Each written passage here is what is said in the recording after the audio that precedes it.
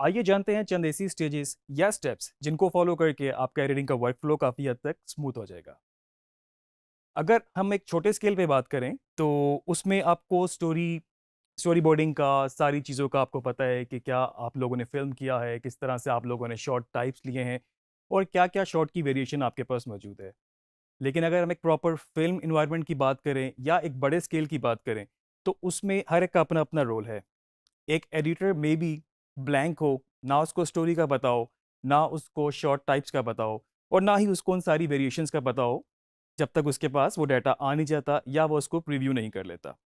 तो इसके लिए बहुत ज़रूरी है कि आप उन इन स्टेजेस को फ़ॉलो करें जो मैं आपको अभी बताने लगा हूँ।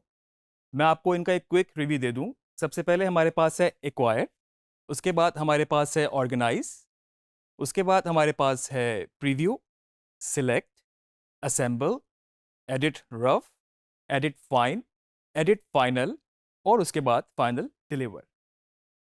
सबसे पहले अगर मैं बात करूं एक्वायर की, तो एक्वायर से मेरी मुराद ये है कि आपके पास किसी भी फॉर्म में डाटा है, आपने उसको अपने एडिटिंग सिस्टम के अंदर लेकर आना है। मिसाल के तौर पे अगर आपने उसको एक टेप के ऊपर रिकॉर्ड किया है, तो उस टेप पे रिकॉर्ड करने के बाद आपको उसको डिजिटाइज करना पड़ेगा या आप कह लें आपको उसको कैप्चर करना पड़ेगा। उसके लिए में भी आपको कुछ हार्डवेयर भी रिक्वायर हो, ऐसे कोई टेप प्लेयर हो या ऐसी कोई पैचिंग भी हो जो कि आपके सिस्टम के साथ उस हार्डवेयर को कनेक्ट कर सके। उसको जब आप डिजिटाइज करेंगे तो बेसिकली वो स्टेप आपका एक्वायर कहलाएगा। आजकल हम लोग जो देखते हैं, हमारे पास फिल्मिंग काफ़ी छोटी टेक्नोलॉजी के साथ साथ काफ़ी चीज़ें छोटी हो गई हैं, कॉम्पैक्ट हो गई हैं। तो जिस तरह से डीएसएलआर्स हैं या आपके पास मोबाइल फ़ोन्स हैं, उनके भी कैमरास बहुत अच्छे हैं। तो जस्ट अगर डीएसएलआर की बात करें, उसमें आपके पास एक छोटा सा कार्ड होता है जिसके ऊपर आपका सारा फिल्म किया हुआ मटेरियल रिकॉर्ड होता रहता है और जस्ट आप उसको कंप्यूटर के साथ कनेक्ट करते हैं, कॉपी करते हैं और आपके लिए वो एडिट पे डायरेक्टली आप उसको एडिट उसको कर सकते हैं। तो इससे पहले आपको पहले एक पूरे स्टेप से गुजरना पड़ता था। सॉफ्टवेयर भी बहुत ज़्यादा फॉर्मेट फ्रेंडली नहीं थे। हर सॉफ्टवेयर का अपना अपना स्पेसिफिक फॉर्मेट हुआ करता था। अगर आपने किसी और फॉर्मेट में शूट किया है, किसी और कंप्रेशन में शूट किया है, तो उसके बाद आपको उसको कन्वर्ट करके में भी एडिटिंग सॉफ्टवेयर में लाना पड़ता था। ब्रॉडकास्ट में इसकी जो भी टर्म यूज़ होती है, बेसिकली वो इंजस्टिंग यूज़ होती है, इंजस्ट। सेकंड स्टेप की अगर मैं बात करूँ तो हमारे पास है ऑर्गेनाइज। बहुत ही ज़्यादा इंपॉर्टेंट, एज़ इन एडिटिंग में आपको बहुत ज़्यादा इसका ख़्याल रखना पड़ता है। थोड़ा-सा मैं आपको इसका अगर कंपैरिज़न कराऊँ, अगर कुछ लोग काम करते हैं फ़ोटोशॉप पे, एडोबी फ़ोटोशॉप पे, तो जब उसमें आप अपनी पिक्चर्स की एडिटिंग करते हैं, तो बेसिकली आपको क्या करना होता है कि आप एक फ़ाइल बनाते हैं और उसके अंदर आप उनको डिफरेंट इमेजेस को इंपोर्ट करते हैं या डिफरेंट एलिमेंट्स को इंपोर्ट करते हैं, उनको फर्दर एडिट करते हैं और उसके बाद आपकी वो फ़ाइल जितनी भी आपने चीज़ें उसमें इंपोर्ट की होती हैं, वो उस फ़ाइल का एक हिस्सा हो जाती हैं। बैक एंड पे अगर वो फ़ाइल्स आपसे मूव हो गई, डिलीट हो गई या रीनेम हो गई, उस ओरिजिनल फ़ाइल को जिस पे आप काम कर रहे हैं कोई फ़र्क नहीं पड़ता। लेकिन वीडियो एडिटिंग में ये थोड़ा-सा डिफरेंट है। आपको बैक एंड पे वो सारा डाटा एज़ इट इज़ चाहिए होता है, जो-जो आपने इंपोर्ट करके अपनी टाइमलाइन पे रखा या जिसको आपने एडिट किया। इसके 2 फ़ायदे होते हैं। एक तो आपके पास ये है कि आपका वर्क फ्लो स्मूथ रहेगा। आपके सॉफ्टवेयर को ज़्यादा ढूँढना नहीं पड़ेगा कि कुछ डाटा आपका डेस्कटॉप पे है, कुछ डाउनलोड पर है, कोई एक्सटर्नल ड्राइव पर है। तो आपका सिस्टम भी एज़ इन सॉफ्टवेयर भी स्मूथ रहेगा।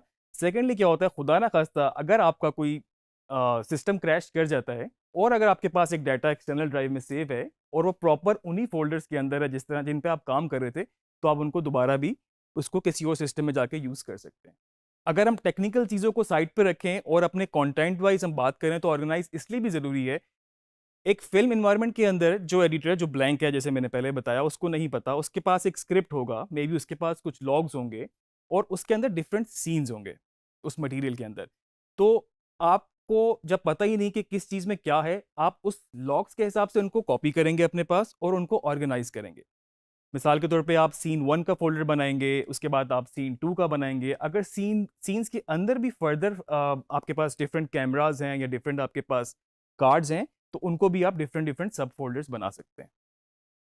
तीसरी चीज़ है हमारे पास प्रीव्यू। बहुत सारे लोग कहते हैं कि प्रीव्यू करना शायद टाइम ज़ाया हो जाता है। आप जस्ट फुटेज को पकड़ें और एडिट शुरू कर दें। तो मैं आपको ये बता दूँ कि प्रीव्यू बहुत एक इम्पोर्टेंट पार्ट है इसका। और उसकी वजह ये है कि बहुत सारी चीज़ें आपके माइंड में उस वक़्त आ जाती हैं प्रीव्यू में। आप ज़रूरी नहीं है कि आपने सारी फ़ाइल एज़ इट इज़ पूरी फ़िल्म को प्रीव्यू करना शुरू कर देना है। मतलब ऑब्वियसली वो बहुत खासा टाइम टेकिंग हो सकता है और इसकी ज़रूरत भी नहीं है। प्रीव्यू का मतलब ये है कि आप जस्ट शॉर्ट टाइप्स, शॉट्स की वेरिएशन, एंगल्स, डिफरेंट फ्रेमिंग, क्या कुछ इसमें मौजूद है, आप उसको एक प्रीव्यू कर लें और आपके माइंड में एक चीज़ आ जाएगी आपके पास क्या क्या पॉसिबिलिटीज़ एडिटिंग में हो सकती हैं। प्रीव्यू के बाद आपके पास आता है सिलेक्ट। ये काम आप साथ साथ भी कर सकते हैं। सिलेक्ट में आप जो टेक ओके है उसको आप सिलेक्ट कर सकते हैं, आप उसको लेबल कर सकते हैं या आप उसको अपने सॉफ्टवेयर के अंदर भी इंपोर्ट करके कहीं पर रख सकते हैं। तो वो आपका अपना वर्क फ्लो, आपने खुद डिसाइड करना है कि किस तरीके से आपको सूट करता है और आप किस तरीके से उसको सिलेक्ट करना चाहेंगे।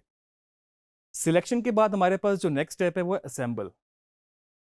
असेंबल में क्या होता है कि आपने सारा डाटा को प्रीव्यू कर लिया, आपने जो ओके टेक्स थी उनको सिलेक्ट कर लिया और उन सिलेक्शन के बाद आपने उसको असेंबल करना शुरू किया इस तरह से कि आपने उसका प्रॉपर इन पॉइंट और आउट पॉइंट सिलेक्ट किया और साथ साथ आप उनको अपने सीक्वेंस में रखते गए या टाइमलाइन पर रखते गए जिसमें आपके पास सिर्फ ओके टेक्स हैं और उन ओके टेक्स के अंदर से भी वो मटेरियल है जो बिल्कुल आप एडिट में यूज कर सकते हैं किसी भी पॉइंट पे।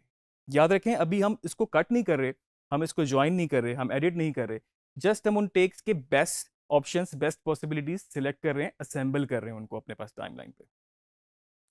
असेंबल के बाद आप जाते हैं रफ एडिट पे। अपने रफ एडिट क्यों, डायरेक्ट फाइनल पे क्यों नहीं जाते, तो इसके लिए मैं आपको बताऊं कि रफ एडिट के दो फायदे मैं आपको इसमें बता सकता हूं हो सकते हैं। एक तो ये है कि सारा जो भी आपका नैरेटिव है, जो भी आपका स्ट्रक्चर है, जिस तरह से वो फिल्म प्लान हुई है, तो आपके पास उसकी एक शक्ल, उसका एक स्ट्रक्चर बनना शुरू हो जाता है। अब उस स्ट्रक्चर से आपको फायदा ये होता है, अगर कोई चीज़ उसमें मिसिंग है, अगर कोई और चीज़ ऐड हो सकती है या और कोई ऐसा एलिमेंट है, कोई वीएफएक्स है या किसी और चीज़ पे जिस पे काम हो सकता है, तो आपको वहीं पर ही उसको आप रेडी करके एक्सपोर्ट करके दूसरे डिपार्टमेंट को दे सकते हैं।